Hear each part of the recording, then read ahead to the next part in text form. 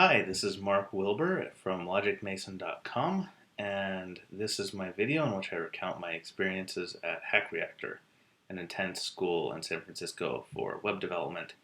Focuses on JavaScript. It's not all front end though. We've all worked with Node.js and Meteor. This week, or this past 2 weeks, I've been working on group projects and a few odds and ends. The group project I did is probably what I'm most excited about right now. I worked with two other students, two of my classmates, Gavin and John, both pretty solid developers. And we started off with one project, which we abandoned because it didn't work out too well. This was like 2 days into our group project time, for which we had a little over a week allotted. And then we completely changed gears, and we ended up making something that gets data from the Github API and then visualizes it with D3. And it's I'm going to show you some screenshots from, or not screenshots, some screencasts of it pretty soon. There's a lot of fun stuff in there. I started the back end and database side of it, which one of my classmates took over after that, and then I kind of moved towards the Angular.js side, and got to have some fun with visualizing data and geo projections and stuff like that. Yeah, so that was fun. And other than that, kind of all of us, since the course is nearing its end, all of us have been going back over some of our previous projects and looking at what we could have done better, what we didn't complete. I sure have a lot of things like that from my last project with the domain-specific programming language and a robot game and all that. Also, job hunting is starting to enter the picture. I've been going on interviews already, and so far it's been going pretty well. Like it's an amazing feeling. I can't believe how much I've learned and how much better it's going than it was just 10 weeks ago.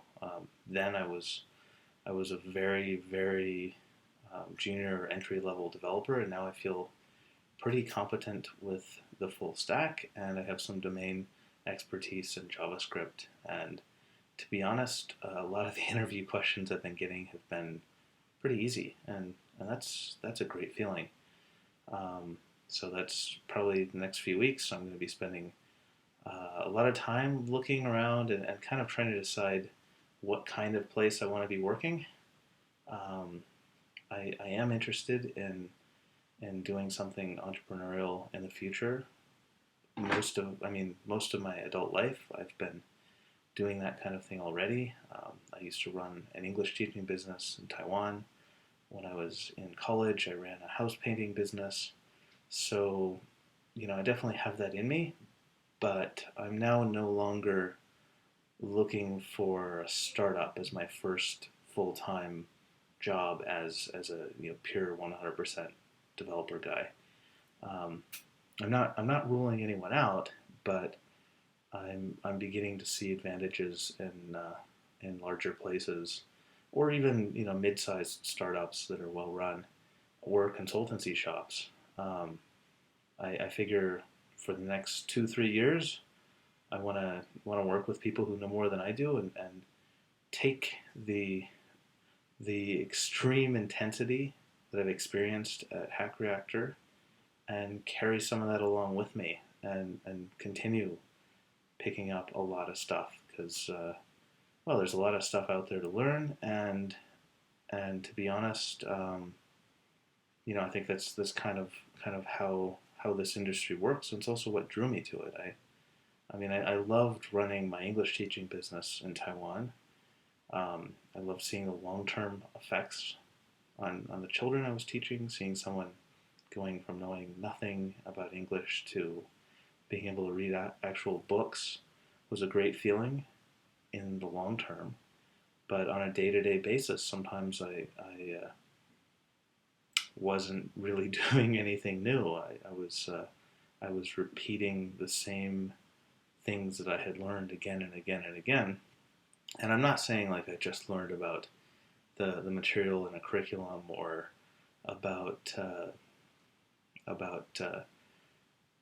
English as a foreign language or specific things related to phonics or grammar or something like that.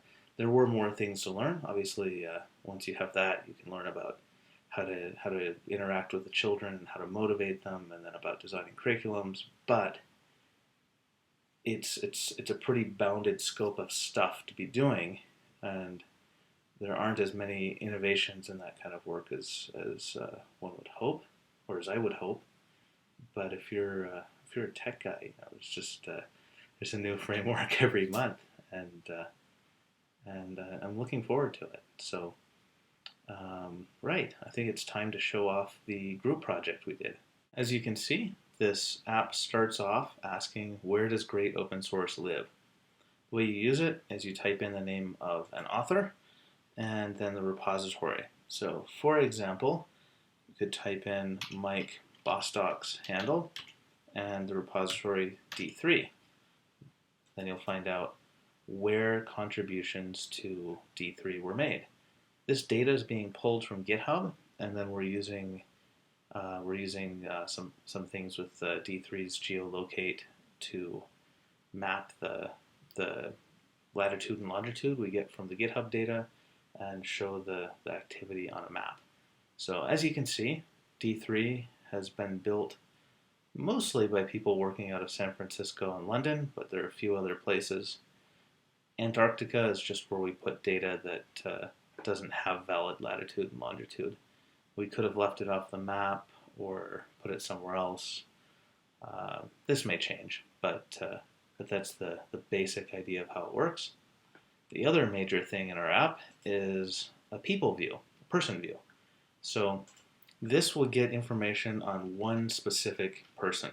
So I'll put in my own, Logic Mason, and here you'll see what I've been doing on GitHub. Each one of these little balls represents some action. Could be a commit, could be a fork, could be a pull request. And you can see that I've been working about half a day, half at night, and this was fun. This is what I spent a lot of time on, pull apart. So now you can see these events labeled. So I did a lot of push events, did a little bit of watching, a little bit of creating, quite a bit of following, and I even have a Golem event, which is for a precious repo. No, just kidding. Actually, it's for an action on a wiki. Then let's compare that to my friend Howard. By the way, he's an awesome developer. He's one of my classmates. He's from England. If you can give him a visa and you're an awesome place to work, you should totally get in touch with him. He's basically just been committing stuff at night. He's only done a few daytime commits, probably enforced by our class or something like that. And he's mostly been pushing and creating, not so much watching. So yeah, that's the idea, and it's just fun to play with. Like working on this visualization was a blast. There's just a couple more things I want to record. One is I am now a contributor to _JS. That is the first open source project of note that I have contributed to in a technical capacity, and it's pretty awesome. What I did wasn't anything super amazing. I was just looking at an alternative implementation of a lot of the functions in it, because one of the things I did as a student was I re-implemented a whole bunch of stuff in underscore, and some of the new classes are doing the same thing. I found an implementation of underscore reduce that passes all the tests in the underscore suite, but it was broken. Like it wouldn't behave properly. It wasn't horribly broken. It was just broken with certain kinds of anonymous functions you pass to it. And I fixed that, or I added a test that would catch those sorts of functions, and made the test suite much more comprehensive. Like it. Between that and what was already there, it's much better coverage. And the pull request was accepted almost immediately. I had no idea it was so easy to contribute to such high-profile projects, and it was awesome. Um, let's see. Oh, okay. A couple other things. One is I'm actually no, I'm not going to talk about that yet. Um, One is the stuff that was harder for me, and the other is the stuff that I've really felt went well for me the last couple of weeks. The harder thing was the group projects. It's just an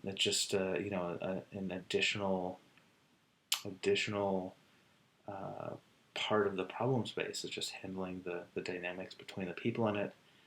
There may be there will be times when multiple people have multiple ideas about what's the best way to solve something, and if everyone feels that their own idea is right, which is normal, then there's some kind of way to resolve it, some resolution process that has to happen. And I've dealt with this kind of thing before. I used to be a businessman. I'm not completely alien to this kind of dynamic, but it was newer for me in terms of working on a software project as a pure technical person with no manager, just having to work that stuff out. And I think it went pretty well for us, to be honest. We started off with a very ambitious project that we didn't have the resources to do, and 2 days in, we were able to successfully change directions, make something that all three of us are proud of. And in the course of that, there was a period where I felt like I wasn't able to contribute to it the way I wanted to, but we all kind of banded together and pushed on and got the thing done. And to be honest, I think it's done in a way that none of us could have done on our own. I know there's a lot of literature out there that talks about how engineers or developers get less efficient in greater numbers, and I believe that would have been the case if there'd been like 15 of us. But with three of us, I think we actually reaped a lot of advantages of specialization without suffering so much from the organizational overhead. Each of us have things we're better at than the others, and we were able to take advantage of that, work on things that were easier for us. We were able to teach each other things, and yeah, and I think it was an excellent learning experience. As for something that went well for me, that wasn't difficult at all, and was only upside to, is I started running again. I used to run a long time ago.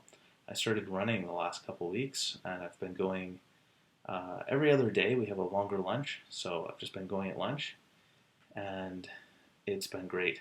I'm running this pretty steep uphill. This place in San Francisco called Coit Tower, around there to the bay, and then I run along the piers and get some food, and then head back home, shower, and then go to class. So not a super long run, but like maybe 40 minutes or so, and that has been great. Like after I run, probably just from having more blood in my brain, or maybe because your brain switches to burning glycogen, which I've read about. It's kind of interesting. For whatever reason, I feel like my mind is supercharged. I can get even more done, learn even more, overcome obstacles more easily in a couple hours after I finish running, and just in general throughout the day, being having a bit healthier of a lifestyle is definitely a plus. So I'm going to continue that for sure for the remainder of the program. And the other thing I'm considering is just what I'm going to focus on. Like we'll continue to have sprints and things we're supposed to work on, but I think in my own time, I'm going to try to put some more time into the real deep internals of JavaScript. I feel very confident with my JavaScript abilities. I don't struggle with things like the keyword this, or with prototype change or things like that that a lot of developers used to other languages do struggle with in JavaScript. But I wanna do what I can to take it to the next level, so that I could even start working on very dense library code if I wanted to contribute to an open source project like Meteor or something like that. Uh, it's going to take a lot of work to get to that point, but that's a goal. Or my instructor Marcus's project Bound.js also excites the heck out of me, and I would like to work more on that. Yeah, so that's basically it. I'm almost positive I'll record another video after I have completed the program, and who knows? I mean, I may be hanging around at the Hack Reactor office as an alum, and just seeing the new students come in, listening to what's going on. I mean, I've really enjoyed it, but that's all for today, and I will I'll keep doing my thing.